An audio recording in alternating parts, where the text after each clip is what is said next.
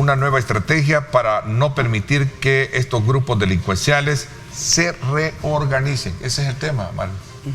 Hay que se manejó. ¿Qué piensan? Tienen la palabra los cuatro. Y bueno, yo creo que las evaluaciones constantes sobre el estado de excepción y los resultados es necesario que se hagan, es normal. Este tipo de reuniones es normal. Hay que estar a la espera, digamos, sobre los recursos que parece ser que han solicitado también, y que ese detalle, que me imagino tiene que ser una reasignación del presupuesto, ¿sí? ¿No? Tendrá que llegar a la Asamblea Legislativa. Han pedido 50 millones más. Exacto, para ver, digamos, el detalle en qué se va a utilizar. Hemos venido diciendo en otros programas sobre la posibilidad de que haya una especie de contraofensiva de las pandillas en relación a toda esta guerra que se les ha declarado, ¿va? Entonces, si parte de ese dinero va a ser para evitar que se reorganicen, para que haya, digamos, una respuesta al estado de excepción y a las capturas que están haciendo, pues obviamente es, digamos, es bueno que la policía desarrolle estrategias para evitar que estos grupos delincuenciales se reorganicen o puedan hacer un atentado contra la población en venganza por la represión a la que están siendo sometidos. El gobierno debe de tratar en la mayor parte posible de este proceso de ser aséptico en el combate a las pandillas, para que no hayan situaciones anormales o ilegales a futuro que empañen este proceso. En esta fase sí es importante que se fortalezcan las instituciones, el gabinete es el más adecuado para manifestar cuáles son las necesidades, y realmente estos grupos no puede permitirse ni que se reagrupen, ni que se intenten coordinar, ni que se refuercen, sino que definitivamente el ataque ha sido frontal y debe ser hasta culminar con todos los pandilleros, de modo que ya no puedan replicarse en el futuro, ni con los que están ahora, ni con los que han quedado, que son los familiares que eventualmente puede replicarse el fenómeno, entonces, o el flagelo, mejor dicho. Hay que hacer una reflexión central, y es que toda guerra exige una serie de recursos extraordinarios. A mí en lo particular hasta poco me parecen 50 millones para afrontar este tema que ha llegado a una metástasis social, ¿verdad? Porque ya habían dos estados dentro del mismo estado.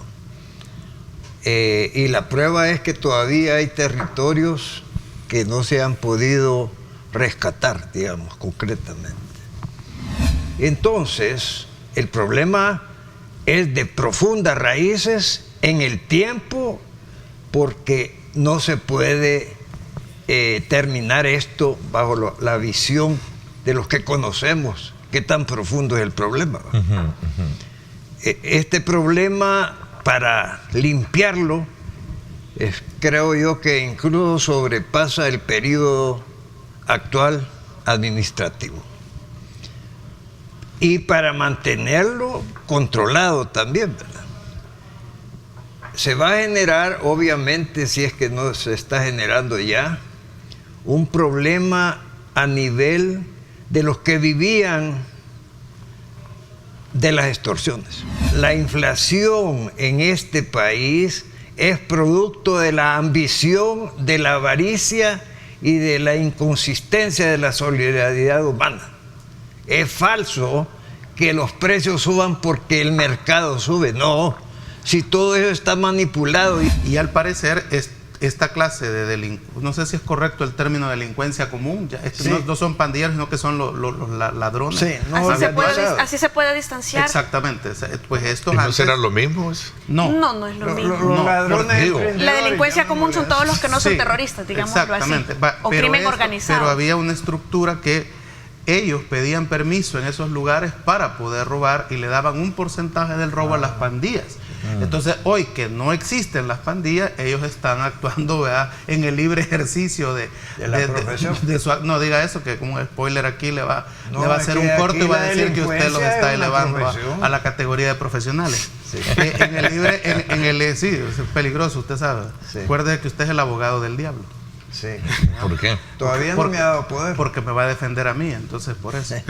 Entonces, y la cuestión es de que eso también es algo que la policía va a tener que ponerle atención para evitar los robos ya de la delincuencia común, que ve cuando ya no están los pandilleros, ve la oportunidad de dedicarse a eso. Considero yo que el tema sí es bien delicado y envuelve todos los casos que usted está planteando y más, porque es un problema endémico. A la persona que entra en calidad de reo no se le considera una persona humana. Se le considera una cosa, un inventario, ¿verdad? Sujeto al antojo incluso de los custodios. Sí vale la pena hacer el llamado de atención en cuanto al ejercicio de la defensa técnica. Realmente desde que comenzó la pandemia hay un quiebre en donde ya los familiares no visitan, en donde ya los profesionales no podemos acceder, si no es a través de una petición que uno reitera y luego la reitera, incluso los familiares también. Y ciertamente tanto los reos necesitan o tienen que debe de garantizárseles el acceso a su defensa técnica, como también el hecho de relacionarse con sus familias. Por la pandemia esto cambió, pero también ya es momento de tomar nuevas medidas, de flexibilizar, porque sí, parte de la resocialización definitivamente no es el tenerlos en un aislamiento absoluto y permanente en el cumplimiento de su pena o mientras se tramita el proceso judicial. Bajar la guardia, hay que bajar ya la guardia, ¿quieres decir? Porque realmente, sí, correcto, hay que bajar un poquito la guardia en ese cuadrado donde se han cerrado, que no se permite el acceso a los familiares para las visitas y a los defensores profesionales, a los defensores abogados particulares. No sé cómo es con la Defensoría Pública, pero en el caso particular de los defensores privados no podemos acceder o se dificulta mucho, porque sí se puede, pero no en los términos necesarios para garantizarle a nuestros representados una defensa de calidad. Por eso digo que el problema es humano, no es un problema de que del tal partido y de tal cosa. Es aquel que se empodera de que el poder le permite hacer lo que le dé la gana, y eso no es cierto. Por lo menos hay que decirlo, aunque siga siendo cierto. Donde se empezó a señalar al presidente de la República de darle un golpe de Estado al Poder Legislativo cuando llegó con el ejército a la Asamblea Legislativa, nace por la petición financiera para el combate de las pandillas. Entonces se está dando un mensaje, y esto es un llamado de reflexión al gobierno, que el mensaje que está dando es que parece que le interesa el dinero y ocupa una problemática para justificar. ¿Y por qué se da esa impresión? Por la falta de transparencia de los fondos. ¿Usted está proponiendo o aceptando la tesis del juez Irrostro solo para pandilleros o para todo el mundo? Solo para pandilleros. Tiene razón usted, pero en términos generales el concepto del anonimato para mí tiene una relación integral con aquellos que tiran la piedra y esconden la mano. Particularmente en las redes sociales abunda ese tipo de animadversión, diría general, ¿verdad? De una cantidad de canallas que se dedican a denostar mujeres, etcétera. Y por eso resulta repugnante que alguien no dé la cara para hacer lo que va a hacer. ¿Por qué usted no está de acuerdo? No, es que en términos generales, ya me lo aclaró Tania, ¿verdad? En términos generales ese concepto no se podría aceptar.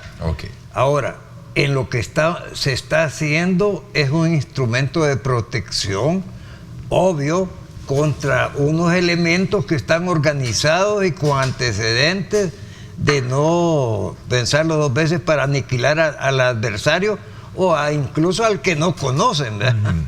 De tal manera de que sí, bajo ese concepto es un instrumento de la guerra que se está haciendo y por lo tanto es aceptable, ¿verdad? Los grupos de interés en este país, doctor, son muy especialistas, por ejemplo, en esta que se llamaba la sala del pisto, ¿verdad?, en poder convencer a magistrados incluso de que fallen a su favor y cooptarlos, ¿no?, en diferentes temas. En ese sentido, creo yo que los jueces sin rostro pueden aportar para llegar más rápido a la justicia y poder contener a estos grupos, no solo las pandillas, también el crimen organizado, el narcotráfico, el cuello blanco, debería de ser juzgado en esto. Si un funcionario está en peligro, son los fiscales. ¿Qué me dice de los fiscales? ¿Ah? Y permanente. Y permanentemente. Entonces, si vamos a hablar de seguridad en cuanto a represalias, deberíamos de tener los fiscales Bueno, los sin fiscales rostro. ya lo hacen. ¿No se han fijado cuando los periodistas entrevistan? Sí, en Perú iban sin rostro todos los actores. Cuando los periodistas entrevistan a los fiscales, les enfocan los medios. pies. Pero antes, Algunos. Para evitar... Sí, Algunos. una regulación que En algunos de los casos es decisión personal. Ahora, el problema de fondo de esto, creo yo, es que como hay un señalamiento de que se está violando la separación de poderes, y ver que la iniciativa de jueces de rostro no viene del órgano judicial, sino que del órgano ejecutivo, y aquí yo lo estoy señalando para que el gobierno no cometa esos errores que está cometiendo, donde la separación de poderes no se respeta, porque me llama la atención el silencio de los jueces actuales, ¿verdad? Llamemos de los magistrados de la Corte Suprema en este tema, o será que los medios no los abordan, porque aquí uno tiene eso y yo soy... O no se dejan abordar. O ellos no se dejan abordar. Por eso yo digo que necesitamos, tanto en la prensa escrita o la televisiva, un apartado de medios de comunicación dedicado al órgano judicial, para que sepamos y no estemos en rumores de estos casos, porque si solo viene del órgano ejecutivo, entonces se da esa imagen de que en el país ya no hay separación de poderes, más el silencio Yo no lo de la Corte. Es que no es un silencio, realmente ellos se cuidan y ha sido históricamente el comportamiento de todos los magistrados. De hecho, como profesional del derecho, yo veo mal que ande un magistrado saltando de medio en medio, como lo decimos en buen salvadoreño, porque realmente hay casos en los que eventualmente pueden llegar a conocer en el futuro. Yo la separación de poderes no la entiendo como que cada uno puede hacer lo que le dé la gana. A mí me encanta que no haya separación de poderes en estos momentos, ¿verdad? Porque la lucha es un interés de todos y lo que debe haber es una línea general de acción, común, ¿verdad? Sí. Por eso es importante que los jueces que se postulan para ser jueces, los que ya son jueces, que hagan la reflexión permanente y constantemente en cuanto a su función. Que estén ahí por vocación, porque si bien es cierto no vamos a exponer su vida, pero deben tener el valor y el coraje que si aceptan el cargo, aceptan también ciertos riesgos, ciertos peligros, cierta exposición y cierta contrariedad y ciertas privaciones, y ciertas privaciones, es decir, es algo aceptable. Pero el problema de raíz que yo veo, ¿quién elige a los jueces? Bajo la visión política partidaria. Ya lo hemos discutido en el pasado, sí. Y es parte de las propuestas de reforma constitucional que hay que cambiar. Que me parece, y continúo sosteniendo que la forma de elección de los funcionarios de segundo grado no es la mejor, la que tenemos, y que tampoco es razonable, en mi opinión, que al tercer órgano de Estado y específicamente al que imparte justicia lo nombre otro órgano. López Obrador ha establecido una cifra, ha dicho que hay que hacer un plan Marshall para Centroamérica si realmente quieren detener la migración hacia los Estados Unidos, y ha hablado de $300,000 millones, que es como la cifra correcta para poder desarrollar estos países. Pero entonces, si ¿cómo no, vamos a ser ricos todos? Si no, vamos a ver. No, es para desarrollar estos países. $300,000 millones de dólares. Es que es para la región. Y detener la migración hacia los Estados Unidos. Si no, todo lo que diga Biden o cualquier otro presidente que venga es mentira. Yo digo que este país, como lo dijo el presidente, debe de pensar por sí mismo y actuar por sí mismo. Dejar de estar pensando que una de sus áreas es andar pidiendo limosna y vivir de lo que le regalen, porque al final esas cosas ni siquiera llegan al pueblo, sino que se quedan en otros estratos. Yo creo que todo dinero que realmente sea destinado para las necesidades, bienvenido. Claro. Pero por poco que sea. Por poco que sea. Sí. Ahora, lo que sí, y vuelvo a hacer eco de la transparencia que tanto se le pide a este gobierno, también debe de ser hacia esos ofrecimientos.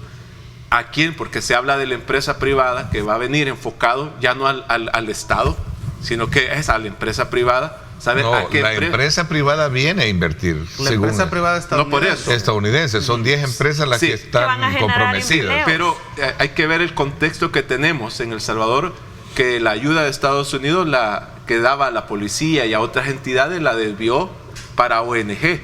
Yo creo que, es decir, en el pasado se les dio tanto dinero a los gobiernos y lo robaron tanto y continúan impunes muchos de ellos, que entonces uno piensa, ¿por qué apartar al Estado por lo que pasó a gobiernos anteriores? Es decir, no se puede invisibilizar a un gobierno en un país cuando el trabajo debe de ser juntos. Es decir, no se puede pretender frenar la migración y apartar al gobierno de un país. La implementación de políticas para frenar la migración en esta administración, la ciudadanía en ese país, lo hemos visto en noticias y en artículos de periódico, lo percibe como un fracaso de esta administración en cuanto a esas políticas. Ahora, yo quiero abonar Una algo pregunta. sobre esto. Yo creo que el tema de la autodeterminación de los pueblos, esta cumbre lo ha dejado bien claro en los dos bandos. Tanto el país anfitrión tiene su derecho de poder, como anfitrión, invitar a quienes desea, a quienes y también los países que no el país anfitrión organiza la cumbre, pone las sillas, las mesas y hace la comida. Y que las invitaciones son privadas. Pero las invitaciones son para el hemisferio. No, oíme, la autodeterminación de los pueblos al no ir es su derecho. Bueno. Entonces yo creo que hay que respetar ambas posturas. Que en los estudios que hay, el 60% se va por problemas económicos. ¿Verdad? Pero hay un 40% que se va por otras cosas. Ese 40% sí se mejoran las condiciones, digamos, laborales o de trabajo. De seguridad. De seguridad, incluso de derechos, que es importante, podría optar a quedarse, ¿verdad? Ese 40%.